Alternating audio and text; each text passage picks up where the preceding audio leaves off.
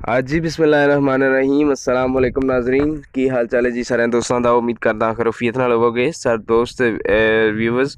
ਤੇ ਅੱਜ ਜਨਾਬ ਅਸੀਂ ਬਹੁਤ ਹੀ ਪਿਆਰੀ ਜੀ ਵੀਡੀਓ ਲੈ ਕੇ ਆਏ ਹਾਂ, ਹਾਜ਼ਰ ਹੋਏ ਹਾਂ ਤੁਹਾਡੇ ਨਾਲ। ਸਾਈਵਾਲ ਤੇ ਫਰੀਜ਼ਨ ਦਾ ਕ੍ਰੋਸ ਹੈ ਜਿਹੜੀ ਗਾਂ ਤੁਸੀਂ ਵੇਖ ਰਹੇ ਹੋ, ਮਾਸ਼ਾਅੱਲਾ ਬਹੁਤ ਹੀ ਖੂਬਸੂਰਤ ਹੈ। 3 ਦਿਨ ਹੋ ਗਏ ਨੇ ਜਨਾਬ ਇਹਨੂੰ ਸੂਈ ਨੂੰ, ਠੀਕ ਹੈ।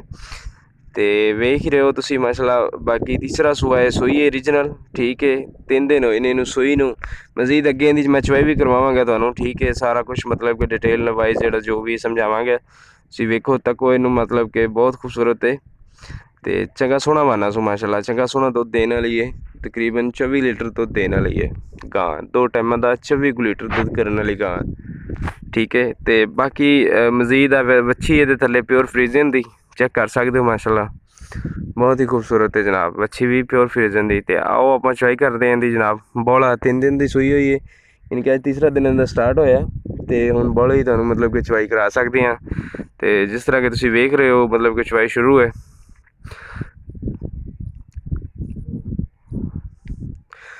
ਬਾਕੀ ਯਾਰ ਮੈਂ ਇੱਕ ਰਿਕੁਐਸਟ ਕਰਾਂਗਾ ਦੋਸਤਾਂ ਨੂੰ ਕਿ ਹਮੇਸ਼ਾ ਦੀ ਤਰ੍ਹਾਂ ਕਿ ਅਗਰ ਯੂਨਾਈਟਿਡ ਪਾਕਿਸਤਾਨ ਟੀਵੀ ਨੂੰ, ਮੇਰੇ ਚੈਨਲ ਨੂੰ ਤੁਸੀਂ ਅਜੇ ਤੱਕ ਸਬਸਕ੍ਰਾਈਬ ਨਹੀਂ ਕੀਤਾ ਤੇ ਸਭ ਤੋਂ ਪਹਿਲਾਂ ਸਬਸਕ੍ਰਾਈਬ ਕਰ ਲਓ। ਨਾਲ ਹੀ ਤੁਹਾਨੂੰ ਬੈਲ ਆਈਕਨ ਦਾ ਬਟਨ ਮਿਲੇਗਾ, ਉਹ ਵੀ ਪ੍ਰੈਸ ਕਰ ਲਓ। ਮਕਸਦ ਇਹ ਵੇ ਕਿ ਹਰ ਨਵੀਂ ਤੋਂ ਨਵੀਂ ਤੇ ਲੇਟੈਸਟ ਵੀਡੀਓ ਸਭ ਤੋਂ ਪਹਿਲਾਂ ਦੋਸਤਾਂ ਭਰਾਵਾਂ ਕੋਲ ਪਹੁੰਚਦੀ ਰਹੇ।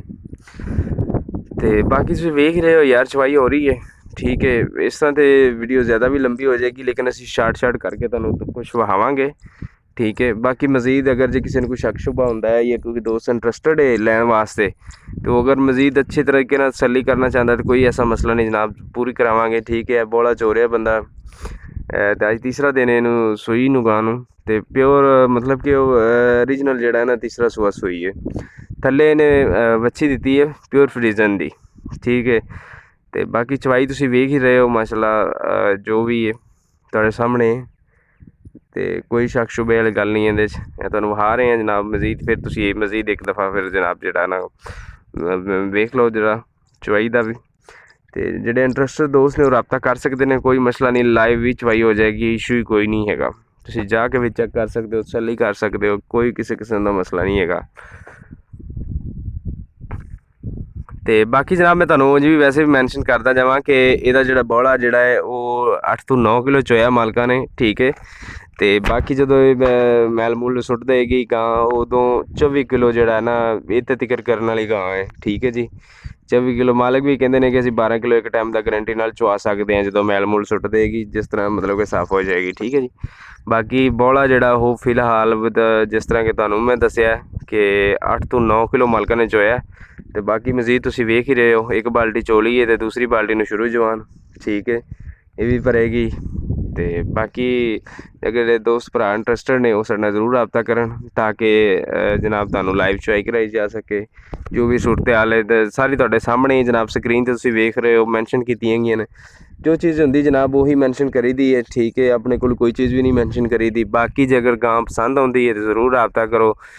ਤੇ ਬਾਕੀ ਚਵਾਈ ਚਵੂਈ ਦਾ ਰੌਲਾ ਜਨਾਬ ਫਿਰ ਦੁਬਾਰਾ ਤੁਹਾਨੂੰ ਲਾਈਵ ਕਰਵਾ ਦੇਂਗੇ, ਮਸਲਾ ਹੀ ਕੋਈ ਨਹੀਂ। ਤੀਜੇ ਦਿਨ ਦੀ ਸੂਈ ਹੋਈ ਹੈ, ਬੋਲੇ 'ਚ ਹੀ ਹੈ ਜੇ, ਠੀਕ ਹੈ। ਬੋਲਾ ਚੋ ਰਹੇ ਨੇ 8 ਤੋਂ 9 ਕਿਲੋ ਮਾਲਕ ਦਾ ਕਹਿਣਾ ਕਿ ਬੋਲਾ ਚੋ ਰਹੇ ਹਾਂ ਅਸੀਂ। ਤੇ ਜਦੋਂ ਮਤਲਬ ਕਿ ਆਪਣਾ ਸਾਫ਼ ਹੋ ਜਾਏਗੀ, ਮੈਲ ਮੂਲ ਸੁੱਟੇਗੀ, ਉਦੋਂ ਜਨਾਬ ਅਸੀਂ 12 ਕਿਲੋ ਵੀ ਗਰੰਟੀ ਨਾਲ ਚਵਾਈ ਕਰਾਵਾਂਗੇ। ਤੇ ਬਾਕੀ ਇੰਨੇ ਦੀ ਗਾਂ ਮਤਲਬ ਕਿ ਇੰਨਾ ਦੁੱਧ ਕਰਨ ਵਾਲੀ ਹੈ ਵੇ, ਠੀਕ ਹੈ। ਬਾਕੀ ਤੁਸੀਂ ਵੇਖ ਹੀ ਰਹੇ ਹੋ। ਤੇ ਗੱਲ ਕਰਾਂਗਾ ਦੁੱਧ ਜਿਹੜਾ ਉਹ ਤੁਸੀਂ ਵੇਖ ਹੀ ਲਿਆ, ਇੱਕ ਬਾਲਟੀ ਦੂਜੀ ਵੀ ਭਰੀ ਨੂੰ ਕਾਲੀ ਹੈ, ਠੀਕ ਹੈ। ਤੇ ਬਾਕੀ ਹੁਣ ਗੱਲ ਕਰਾਂਗੇ ਡਿਮਾਂਡ ਦੀ। ਤੇ ਡਿਮਾਂਡ ਇਹਦੀ 280 ਕਰ ਰਹੇ ਨੇ ਜਨਾਬ ਮਾਲਕ, ਤੇ ਮਜ਼ੀਦ ਪਿਆਰ ਮੁਹੱਬਤ ਹੋ ਜਾਏਗਾ ਜਨਾਬ, ਠੀਕ ਹੈ। ਬਾਕੀ ਤੁਸੀਂ ਸਕਰੀਨ 'ਤੇ ਵੇਖ ਹੀ ਰਹੇ ਹੋ ਸਾਰੀਆਂ ਚੀਜ਼ਾਂ। ਦੁੱਧ ਦੀ ਜਿਹੜੀ ਦੂਸਰੀ ਚਵਾਈ ਹੈ ਉਹ ਵੀ ਤੁਸੀਂ ਵੇਖ ਰਹੇ ਹੋ।